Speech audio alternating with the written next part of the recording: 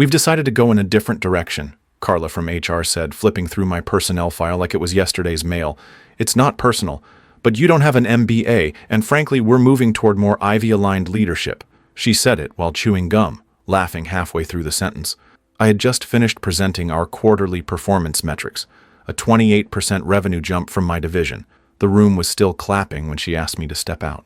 My name is Noah Barnes, 43 years old, Divisional Director of Operations at Cardington and Bell for the last 9 years. I worked my way up from warehouse floor assistant to running 3 regional logistics chains. I never had a degree that looked impressive on paper, but I didn't need to. The systems I designed kept the entire company running on time for a decade, at least until the company changed what it valued. It happened on a Tuesday, a quarterly review meeting, polished presentations, catered breakfast, fresh flowers on the boardroom table, the kind of corporate choreography you only see when someone's trying to hide rot under fresh paint. My report was first on the schedule. I'd led the Midwestern recovery strategy post-COVID and delivered double-digit growth with half the headcount. I wasn't nervous. I'd been doing this longer than Carla had been out of school. When I finished, people clapped. A few even smiled, real ones. Then someone tapped my shoulder. "Carla wants to see you," my assistant whispered. I followed her into a side room adjacent to the main conference hall. The walls were frosted glass, semi-transparent. I could still see the edge of the projection screen flickering through the blur. Carla was already sitting, legs crossed, smiling faintly like she'd just remembered a joke. Across from her was David Keene, the new Chief Strategy Officer, early 30s, Sloan School graduate, hired 6 months ago and already talking like he was saving the company from itself. There was a single folder on the table, my name written in Sharpie across the tab. "Noah, thanks for coming in," Carla began. "This'll only take a minute." She didn't ask me to sit. "We've been doing a lot of structural realignment," she said, flipping through the folder. "And while your numbers have been solid, really, no complaints, your leadership profile doesn't quite align with where we're heading." I didn't speak. "To be direct," David cut in, "you don't have an MBA. Most of our directors now have credentials from Columbia, MIT, Wharton, places that train executive-level strategic thinking." He smiled like he was offering a compliment. "And with respect," Carla added, chewing slowly, "your degree from Lincoln County Community College doesn't really match our brand anymore." She laughed, an actual laugh. "Sorry, that came out wrong," she said, not sounding sorry. They handed me a pre-written termination packet. I flipped through it once, no severance, no retention, not even the bonus I'd earned this quarter. I looked at the last line, effective immediately. I looked back up at her. "Thank you," I said calmly. "I appreciate the opportunity." That was it. No protest, no scene. Just a nod and a quiet breath through my nose. Carla looked disappointed. She was expecting drama. "You can collect your things. Security will escort you." I stepped back into the boardroom. It went silent the moment the door opened. The Ivy League kid, Evan, I think, Odiarman, was already setting up his presentation. My name had been erased from the schedule, replaced by his. People shifted in their chairs, pretending to check phones or notes. Number 1 made eye contact. I returned to my desk. My screen had already been locked remotely. The login prompt blinked like a silent goodbye. I packed my box carefully. A photo of my niece, a coffee mug from my wife, a notepad filled with sketches from a redesign I never got to pitch. It was quiet, too quiet. I could hear my own breathing over the HVAC system, could hear the receptionist's fake laugh 3 cubicles down. When I reached the elevator, the security guard nodded like he was apologizing for being there. I didn't blame him. He was just following a badge deactivation order. "You need help with the box?" he asked. "No," I said. "I've carried heavier." Outside it was raining, not dramatically, just that light, wet kind that clings to your coat and makes everything seem heavier than it is. I stood for a moment on the sidewalk, cardboard box in hand, watching my own reflection blur in the glass of the building I'd given 19 years to. Behind that glass, they were already moving on, already forgetting me. I checked my phone. No missed calls. No "sorry to hear" messages. Just one auto-generated email from the HR portal. "Your access has been revoked. Please reach out to third-party payroll for final processing." I smiled, not because I was okay, because I'd expected this, or something like it, for years. Because while Carla was laughing about MBAs, she'd never once asked who held the quiet majority of Class C shares acquired during the 2014 debt round. I walked to my car, turned the key, and sat for a minute. "We only hire Ivy talent now," she had said. "Let's see how they handle what's coming when the guy with 11.4% equity votes against the next compensation package." I didn't need a title anymore. I had something better. I had time and leverage, and they had no idea. I didn't go home right away. Instead, I drove to a gas station on Highway 83 just outside the industrial loop, the one where I used to stop back in the early days, when I worked graveyard shifts and kept instant ramen in my glove box. I pulled into the same parking spot I always had third from the end and turned off the engine. The rain was still coming down, making little trails down the windshield. I just sat there, listening to it tick on the roof like slow applause. I opened my phone and pulled up a photo from 3 years ago. Me, in a company fleece, arm around Evan, yes, the same Ivy kid who was now sitting in my chair. I'd recruited him fresh out of undergrad when he didn't even know how to format a bid proposal, taught him how to present to the ops board, walked him through his first real client call. He used to call me Mr. B as a joke. I wonder what he calls me now. I didn't have a degree worth bragging about, never did. Lincoln County Community College, night classes, half online, half in person. I got the certificate 6 months after I buried my mother and took custody of my kid's sister. I was 22, running paper shipments in a busted Dodge Dakota that leaked power steering fluid every 4 days. My father died when I was 13. Massive coronary. I was the one who found him on the garage floor. Never talked about it much. You grow up fast when grief shows up unannounced and stays for dinner. We couldn't afford tutors or test prep books, but I could fix a pallet jack and rebuild a network rack in under 6 hours. I learned logistics by necessity, not theory. That used to be enough. I started at Cardington and Bell when it was still 2 floors in a converted shoe factory. My first job was loading bays. No uniform, just steel toes and a clipboard. I found bugs in their inventory system during my first week. Spent nights rewriting database queries no one asked me to touch. A month later, they made me floor supervisor. 6 years in, I was designing the predictive routing matrix that saved them $4.2 million annually. I never asked for much, didn't need praise, just needed the numbers to work and the team to trust me. They did, for a while.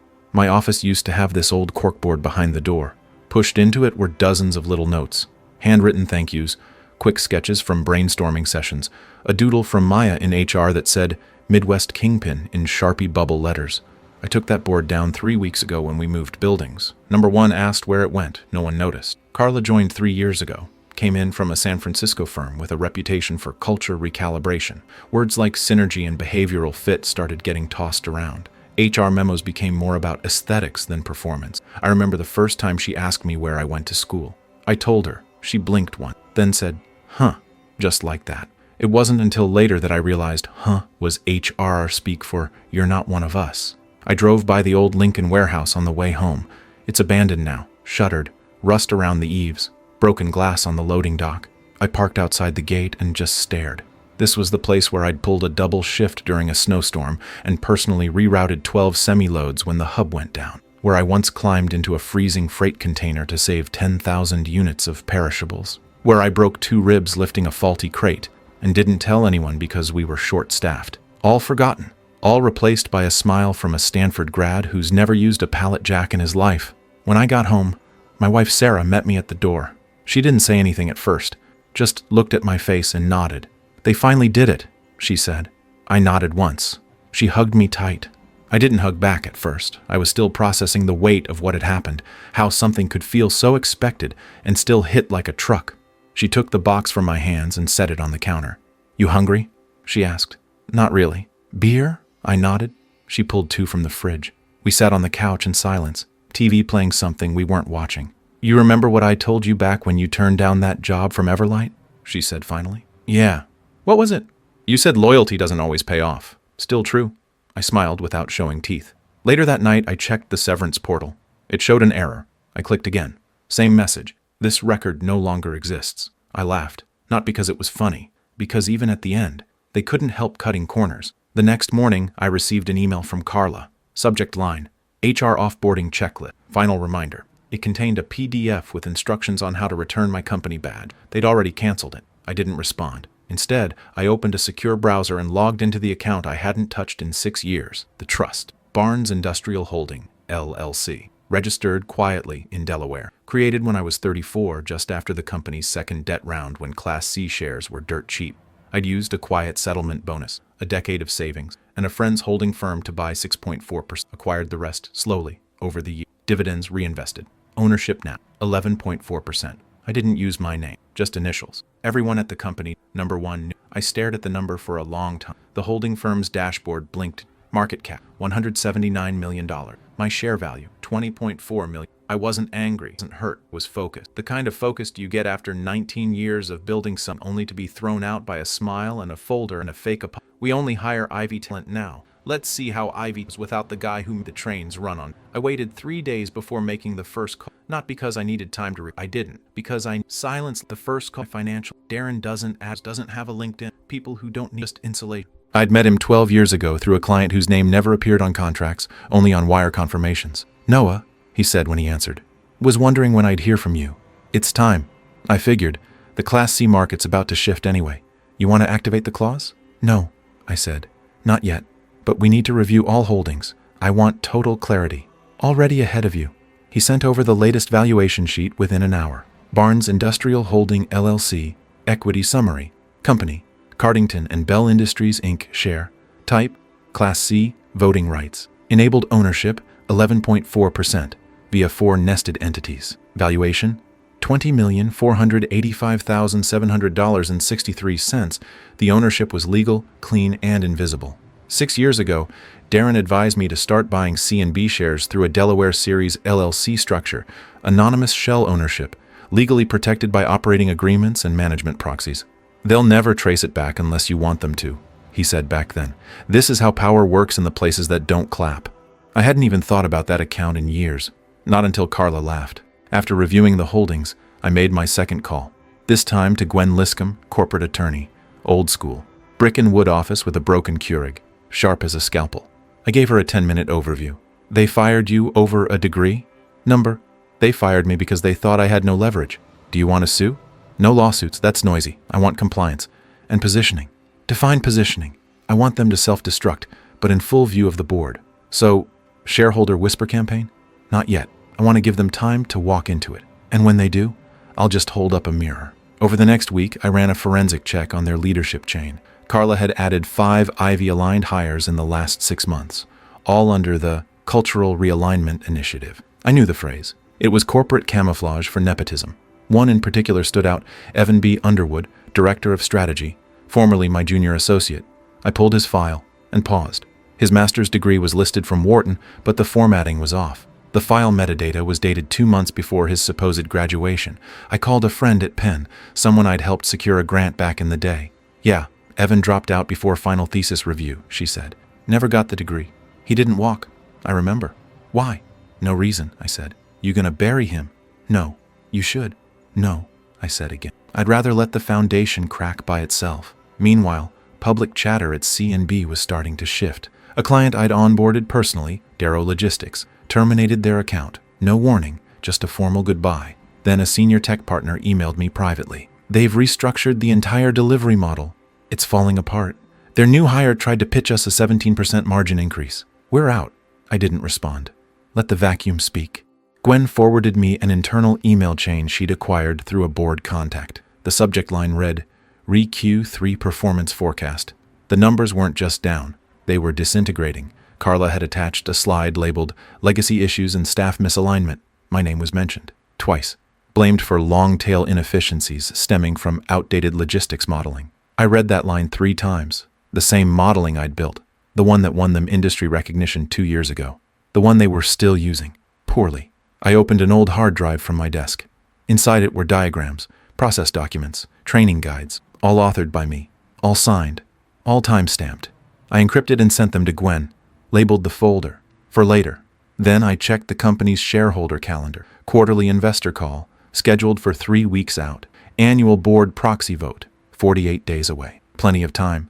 I spent the next few days quietly assembling a portfolio. Every training session I led, every cost reduction plan I authored, every internal award I never displayed. I built it not to show them, but to remind myself that I hadn't been small. They just stopped seeing clearly. On the 7th day, I walked into an unmarked office in the downtown financial district. Darren was already inside. 2 coffees on the table. Want to keep holding the stake? Yes. Want to go public with it? Not yet. Then what? I want to increase it. Just a little. Quietly. He nodded. Any particular trigger event? Yes, I said. When they nominate compensation packages for the executive board. Want a seat at the table? I want the table to ask where I've been sitting this whole time. I walked out of that building feeling something I hadn't in months. Not relief, not pride, not rage, clarity, That rare, sharp quiet you only feel when the plan stops being theoretical and starts being operational. They didn't fire a man. They fired a memory, a system, a name they stopped saying aloud. But names don't disappear. They just wait for silence to speak. 3 weeks. That's how long it took before they started tripping over themselves. The first sign was a press release, a small one, buried in the logistics sector updates.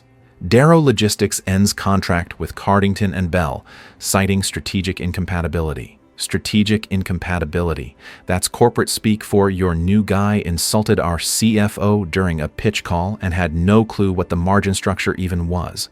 I didn't need to be in the room to know how it went down. Evan never cared about cost modeling. He liked charts that looked impressive to board members.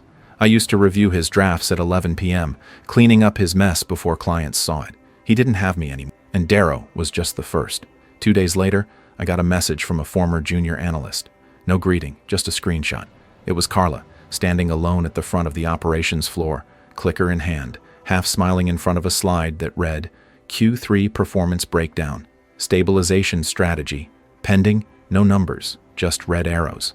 Another file came in through Gwen, from an investor relations back channel. Internal email thread, subject line, client churn model, urgent, need updated retention figures, legal asking why metrics don't match board projections.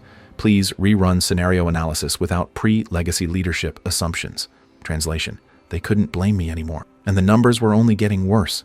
The real shift came during the investor call. I didn't speak, didn't log in, didn't need to, but I watched the ticker. The stock opened stable, hovered for 20 minutes, then dropped 2.8% after the CFO failed to explain why 3 Tier A clients had quietly walked in the last month. By market close, it had slipped 6.1%. The post-call recap went out the next day. Carla's quote was pulled directly. We're investing in cultural clarity and forward-facing talent pipelines. We believe pedigree equals performance. I read that twice, then again, and laughed. What Carla didn't know, what none of them knew, was that a proxy vote was coming. 48 days from now, the board would review executive compensation packages and ratify leadership positions. Standard process. But this time, one of the silent shareholders would vote no. That shareholder controlled 11.4%. Darren called that afternoon. They don't know who you are yet. Want to keep it that way? For now. Because at this rate, they'll find out. The minute your name hits the ownership report, the whole boardroom flips. Good. You want a seat? No. Then what? I want them to spend the next 6 weeks wondering why the foundation feels like it's shaking and not know where the earthquake's coming from. Word started spreading. Small things. A leak here, a hesitation there. A mid-level director abruptly resigned. The new chief analytics officer submitted a vacation request and never came back. Even the janitorial staff started asking questions, like why management started checking badge access reports every morning. The best part? I never lifted a finger. All I did was exist. In the background. An equity ghost with a perfect voting record and no office address. Then came the performance leak. A spreadsheet. Gwen forwarded to me. Anonymously sourced. Client lifetime value. Down 14%. Net renewal rate, 61%. Quarterly burn rate, up 19.4%. Internal attrition rate, 22%. Highest since 2013, no commentary. Just numbers, hard ones. Ones that couldn't be massaged by Carla's cultural recalibration decks. I forwarded the file to Darren. Let it simmer, I said. Message received. Week 5, Carla gave a keynote presentation at a recruitment summit. It was live streamed. I watched with coffee in hand. When you invest in the right credentials, everything else follows. Talent is data. Data is pedigree. It's that simple. She smiled, held the mic like she was at a TED talk, quoted 3 business books and a podcast. Never once mentioned delivery times, fulfillment ratios, or vendor churn. She never mentioned the ground floor, because she'd never been on it. That same day, I got an encrypted message from Gwen. Board is requesting early performance review. They're unhappy with optics. Carla's facing heat. Your name came up. No one knows why. Perfect. 2 days later, the chair of the board, Michael Stokes, called Darren. Just one question. Who the hell is BIH Holdings LLC and why do they have this much voting weight? Darren didn't answer directly, just forwarded the call log to me. They're scared now, he wrote. They should be, I replied. I didn't celebrate, didn't call anyone, didn't pour a drink, just stood on my back porch that night in a hoodie, watching the neighbors' sprinklers kick on. They fired me over a degree. They thought I had no teeth. They didn't ask who helped write the very operating agreement their equity is bound by. They didn't check who signed the efficiency patents buried under their name. They didn't think someone like me could own a company they never saw him working for. Good. Let them wonder. They found out the week before the proxy vote. Not from me. From a spreadsheet. Every shareholder receives a breakdown ahead of the annual vote. A digital packet showing who controls what, how the weight is distributed, and what measures are being proposed. Carla got her copy on a Wednesday. Inside it, buried on page 7 of the ownership ledger, was a line she didn't recognize. BIH Holdings LLC, 11.4%, voting eligible. Below it, active vote registered against executive compensation package FY25. She called Evan first. He didn't know anything. She called the CFO next. He panicked. Then she called legal. They stalled. Finally, she called the board chair, Stokes. His reply was one sentence. If they own 11.4%, they can veto her contract. That afternoon, Darren forwarded me the voicemail transcript. Carla's voice, hurried and a little hoarse. Hi, this is Carla Robbins. I need to speak with someone from BIH Holdings. There's been some confusion about upcoming vote protocol. I'd appreciate a conversation. Thank you. She said conversation, like she thought it might fix something. It wouldn't. I never called her back. But I did authorize a move. I had Gwen schedule a private meeting with the board under my name. The real one. Not BIH. Not a shell. Noah Barnes. The meeting took place in a private conference room on the 28th floor of the Ashton building downtown. 12 board members, 2 empty chairs. I walked in without a tie, holding nothing but a manila folder. No slides, no pitch. Just facts. Michael Stokes stood when I entered. The others didn't. Mr. Barnes, he said. We were surprised. I know.